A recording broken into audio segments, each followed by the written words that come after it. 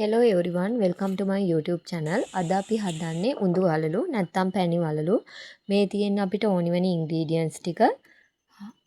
හරි එහෙනම් අපි බලමු කොහොමද අද හදන්නේ කියලා. අපිට මේකට ඕනි වෙන්නේ හාල් පිටි ග්‍රෑම් 150යි, උඳු පිටි ග්‍රෑම් 150යි, පාන් පිටි ග්‍රෑම් 150යි, පොල් කිරි, ඒ වගේම ආයෝනි වෙනවා පැණි එක හදාගන්න සීනි ග්‍රෑම් 300ක්.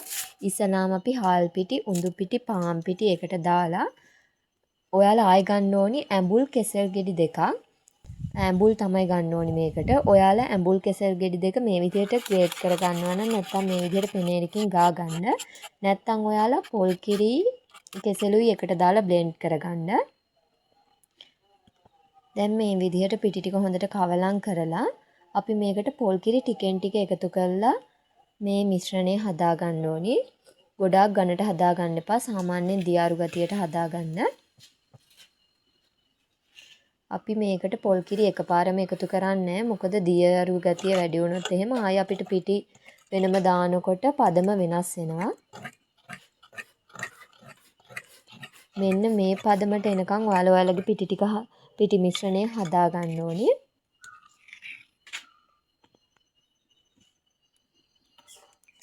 එක්කොලා පැයක් විතර වහලා ඔයාලා පැත්තකින් අරන් තියන්න. මම එතකන් මගේ පැණි එක හදා ගන්නවා. මේ විදිහට සීනි මේස හැඳි 3ක් දාලා කැරමල් කරගන්න. කැරමල් වුණාට පස්සේ අපි මේකට වතුර කෝප්පයක් එකතු කරලා සීනි ටික ආපහු එකතු කරගන්නවා. සීනි ටික වැහෙන ප්‍රමාණයට විතරක් වතුර දාගන්න. සීනි ටික මේ වගේ හොඳටම දිය වුණාට පස්සේ ඔයාලා මේකට දෙහි බෑ එක යුෂයි ලුණු කුඩු තේ හැඳි භාගයක් එකතු කරගන්න. අපේ පැණි එක අපි ගන්න ඕනි ඇල්ලුවාම අර නූල් ඇදෙන පදම කියන්නේ ආන්නේ පදමට.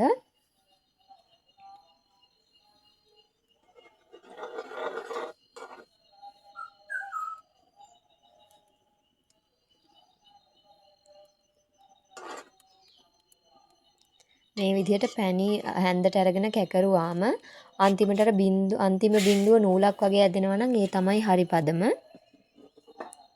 දැන් මම මගේ පැණි එකත් හදාගෙන ඉවරයි. අපි මේ උඳු වලලු හදාගන්න ඔයාලා පයිපින් බෑග් එකක් නැත්නම් shopping බෑග් එකක් හරි අරගෙන ඒක යටින් චූටි හිලක් හපලා ලොකුවට වැඩිය හදාගන්න එපා. එතකොට උඳු වලල්ල ලොකු වෙනවා. මේ වගේ පයිපින් බෑග් එකට දාගෙන ඔයාලා උඳු වලල්ල ලස්සනට රවුමට ගන්න බැරි නම් ඉස්සලාම් මේ පිටිමෝලිය තියෙන එකටම උඳු වලල්ල වක් කරලා බලන්න.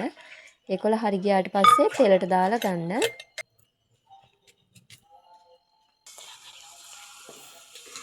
දැන් මගේ තෙල් එක රත් වෙලා ඉවරයි. අපි මේ විදිහට උඳු වලල්ල හදා ගන්නවා.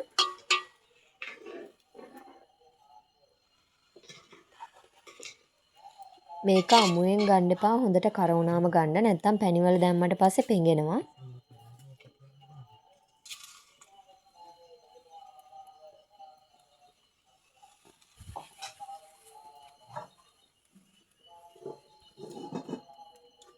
පැණි වලල්ලේ පැණි ගෑවෙන තරමටම තමයි ගොඩක් රස. ඒකින්ද ඔයාලා දෙපැත්ත දදා පැණිවල තියාගන්න ගොඩක් වෙලා.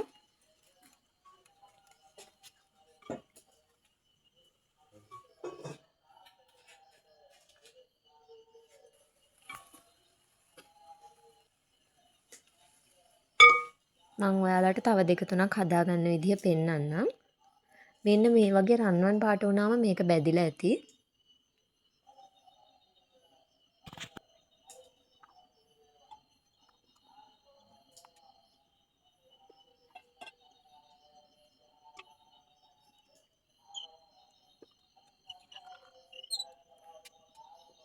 මේ පැණිවලු කවුරුත් කන්න ආස වුණාට ගෙදර ඉඳලා හදාගන්න අමාරුයි කියලානේ හිතන්නේ.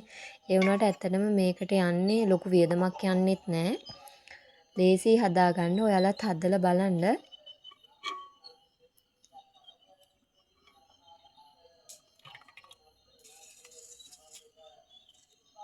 මම තව එකක් දාන විදිය පෙන්නන්නම්.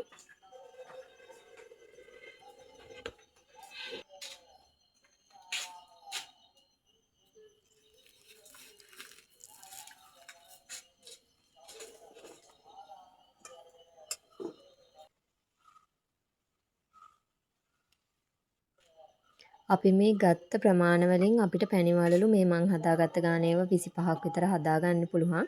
ඔයාලත් හදලා බලලා රස කියන්නකෝ.